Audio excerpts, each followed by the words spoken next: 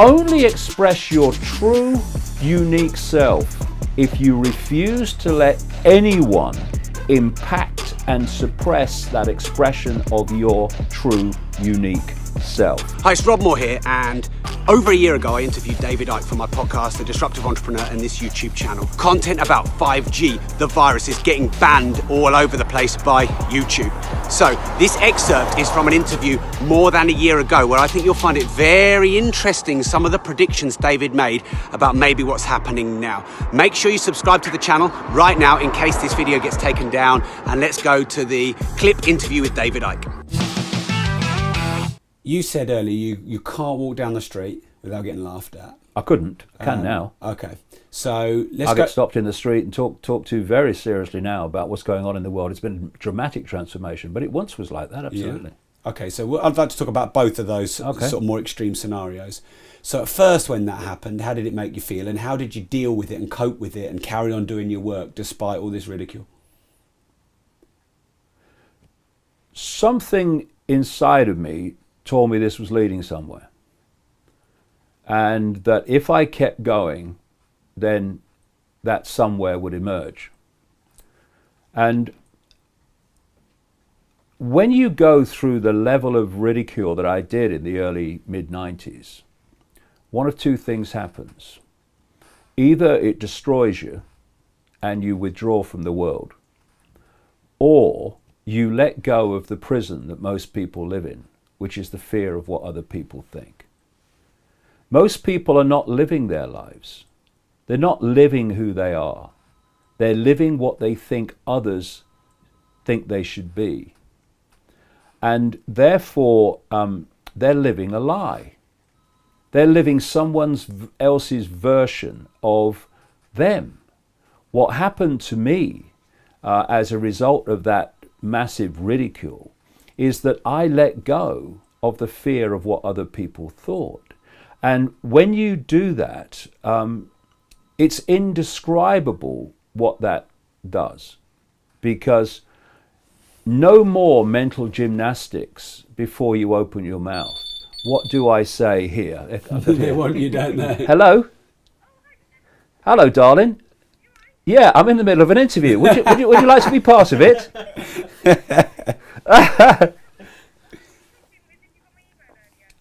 No. All right, that's good. I will. All right, darling. See you later. Bye. No, you were very good. You were very good. Bye.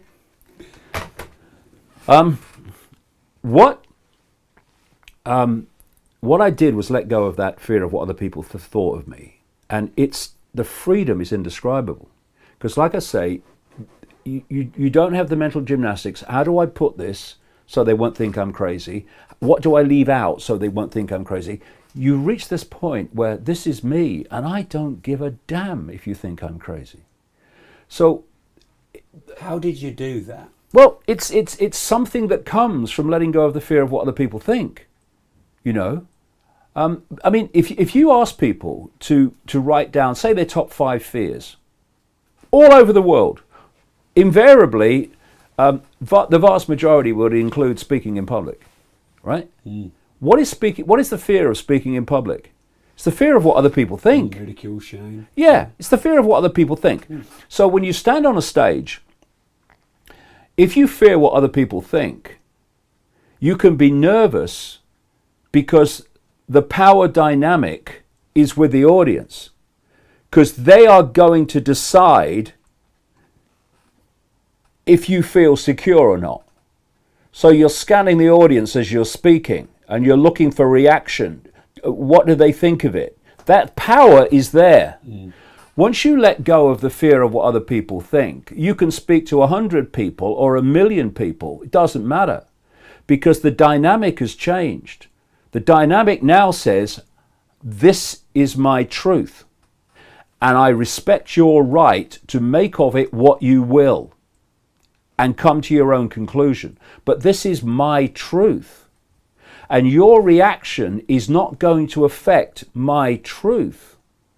So however you react to what I'm saying, whether you like it, whether you laugh at it, or whether you condemn it, it doesn't matter to me because it's my truth and I have a right to speak it. My truth and my security is not dependent on other people's reaction to me. That's I completely respect their right to respond as they choose, but I have a right too not to be affected by it. And so in that way, you can get ridiculed in the street and it don't really affect you. You just shake your head and walk on. And sometimes it's an interesting experience, really. Sometimes. Do you have a bite? Well, one very rarely I have long ago. But one of the things I have done when people have been laughing at me, the bloke, I've stopped and I've started laughing at them and pointing at them. If I've got someone with me, oh, look, you want to see the absolute anger on their faces and the indignation. And you think, hold on a minute, I'm just mirroring you back at you. You know, and that's an interesting point about, human interaction. When we say something about someone, or do something about someone, we think that that's making a statement about the someone. It's not. Every time it's making a statement about us by what we are, by what we say and what we do. But people don't see that. And this is why people don't see so often that they are mirrors of that they rail against. If you take this progressive mentality, like I say, I'm not talking about a liberal mentality, I'm a liberal. If you look at the definition of, the dictionary definition of liberal, it is someone who believes in maximum freedom of speech, maximum freedom of lifestyle, maximum freedom of everything. But a progressive mentality, which they actually call liberal, it's stunning, believes in the opposite of that. So you have people who rail against the system, who think they are anti-establishment, who are actually doing exactly what the establishment wants, which is to silence the population. When you've got the progressive anti-establishment mentality saying to government, he must be silenced, she must be silenced, and the government and the corporate world and the establishment are going, yes, we would be delighted to do that. And so it's this mirror, this inversion where people perceive themselves in a certain way, but actually act in a way that's the very same as that they rail against. So they'll talk about fascists. We're anti-fascists. All right, you're anti-fascist, right? So what do you want to do? We want to silence these people. That's what fascists do. They can't see it. That's the problem. I've gone through this struggle in my life, David, a little bit, where when I was young, I was very overweight and I didn't really feel like I fit in, and I was a bit slow on being liked, and that seemed to build a bit of a need in me to be liked, which I started overcompensating for, as I grew up. I understand that. And I think it's only been the last few years I've really started to go, this is me, this is who I am. And sort of, I still think it's there, but I think it's like I'm managing it better.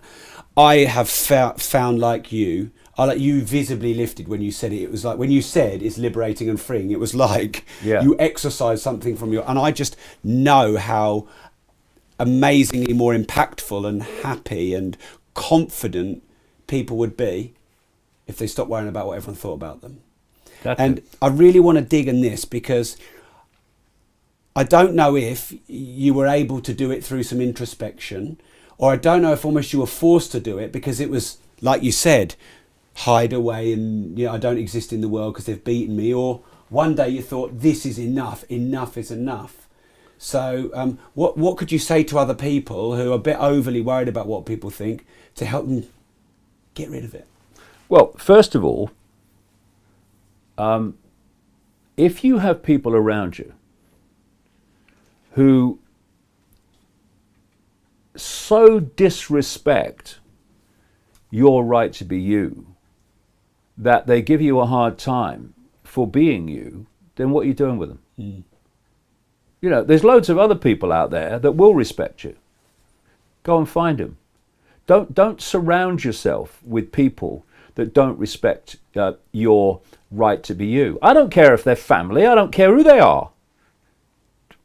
If they don't respect your right to be you, then what you're doing, interacting with them all the time, it's just going to make you depressed. It's going to make you frustrated. Walk away. And if they then come round, great. But if they don't, well, equally great. You know, it's like kids. I see this thing with parents. You know, I've spoken to people in their 60s who are still feeling guilty for not doing with their lives what their parents wanted them to do. Oh, you know, I wanted to go walking in India, but my mother wanted me to be a lawyer. I don't like the law, but, you know, I had to do it. Oh, no, you didn't have to do it. You know, if your mother wants to be a lawyer, she could go be a bloody lawyer. If you want to walk in India, go and walk in India. And if your mother, I don't care, all these stuff, oh, but I don't care. You will only express your true, unique self if you refuse to let anyone impact and suppress that expression of your true, unique self. And the number of people, the number of parents who, and I think this is child abuse, frankly, who want to live their lives through their children, who want to get kudos through their children. You know, I was in America once, and I saw this sticker at the back of a car. My daughter won this so-and-so degree in college. And I'm thinking, yeah, your bloody daughter did it, mate. You didn't bloody do it. What are you doing? Trying to get, you know, live through your children. Congratulate your children, yeah, but looking for the kudos? Oh, yeah, my son's going to Oxford. My daughter's going to Cambridge. Oh, really? You are a successful family. Her son wants to go walking in India. You know, her daughter wants to be a nurse. But they go to university because mother says so, father says so. The number of people, I mean, it's not even rare. The number of parents, particularly the ones with more money, therefore more influence and access to these educational institutions, the number of them that impose their will on their children because it suits them and not their children is absolutely disgusting. And what it's doing, it's turning out very frustrated, very distorted people who are living a life they don't want to live. And I'll say this to people: are you happy? Are you fulfilled? Do you get up in the morning and say, new day? If not, why not? Make a list. Why am I not happy? Why don't I have joy in my life? Why don't I wake up in the morning and say, yeah, new day? What are the things that make me not feel like that? What are the things that would make me feel like that? Okay, stop doing them and do them. And refuse to compromise on stop doing them and doing them. Take control of your life.